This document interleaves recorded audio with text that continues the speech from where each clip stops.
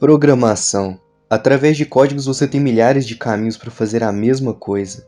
Será que para aprender a fazer um jogo você realmente precisa de seguir um tutorial até o fim?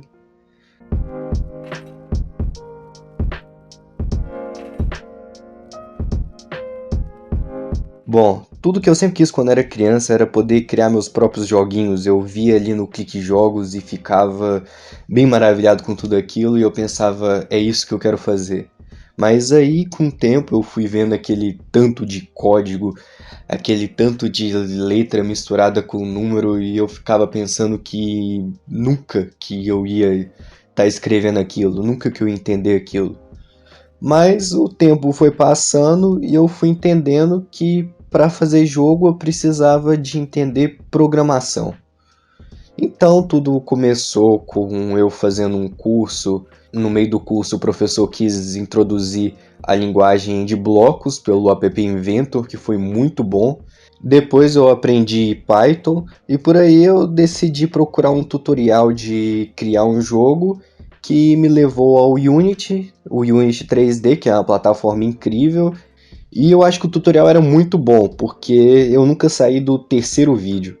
É a partir do momento que eu aprendi como funcionava para fazer um objeto e da direita para a esquerda, ou descer, ou ir para outra posição, isso já deu um estralo na minha mente que eu já queria fazer um joguinho de um dragãozinho que já tá aí passando na tela aqui como que eu fiz. Nisso eu tive diversos obstáculos que foram mudar a velocidade dos objetos, mudar de cena e tudo isso eu tive que ir pesquisando. Então eu só ignorei o tutorial e comecei a pesquisar como identificar a posição de objeto, como mudar a posição de objeto, como funciona um colisor. E depois de dias eu consegui fazer o meu primeiro projeto, que para mim eu já estava maravilhado com ter conseguido fazer aquilo mesmo sendo super simples. E depois que eu já comecei a pesquisar por conta própria, eu comecei a ignorar mais tutoriais e percebi que na maioria deles tinha um padrão sobre impor regras inexistentes. Isso é perceptível quando quem está ensinando fala algo do tipo: ah, agora você tem que criar a pasta textures para colocar suas texturas, tem que criar a pasta script para colocar seus códigos. E geralmente você vê isso, mas sabe que você não precisa exatamente criar uma pasta textures para colocar sua textura.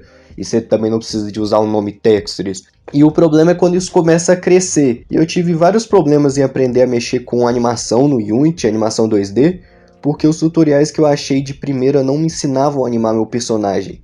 Eles apenas mostravam o processo que eles fizeram.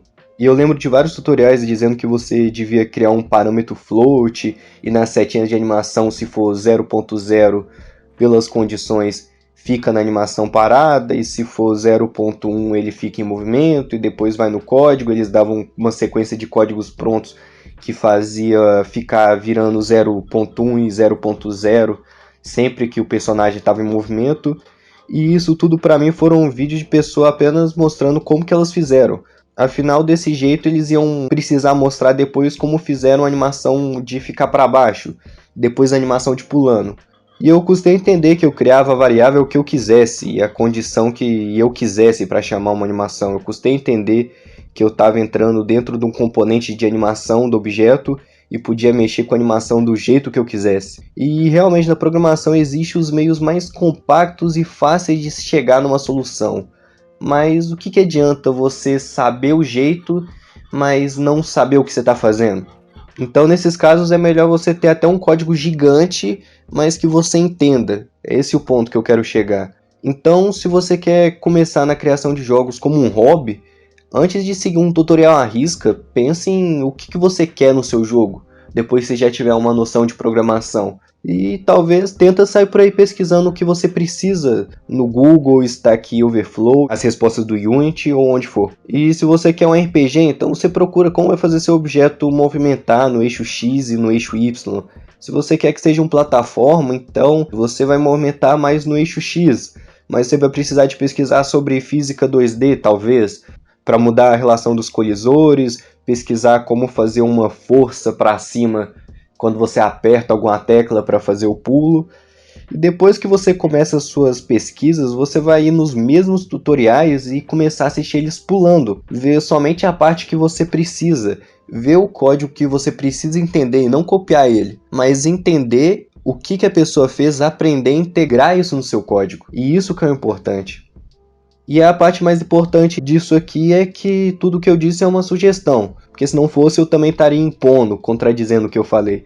E esse foi o jeito que eu fiz para fazer e publicar meu primeiro joguinho na Play Store, mesmo que ele seja super simples e flopado, serviu para muito aprendizado. Mesmo que seja simples, eu demorei para fazer, mas eu fui aprendendo enquanto isso. Então, dá uma chance para a prática, que eu tenho certeza que no futuro você vai colher bons frutos.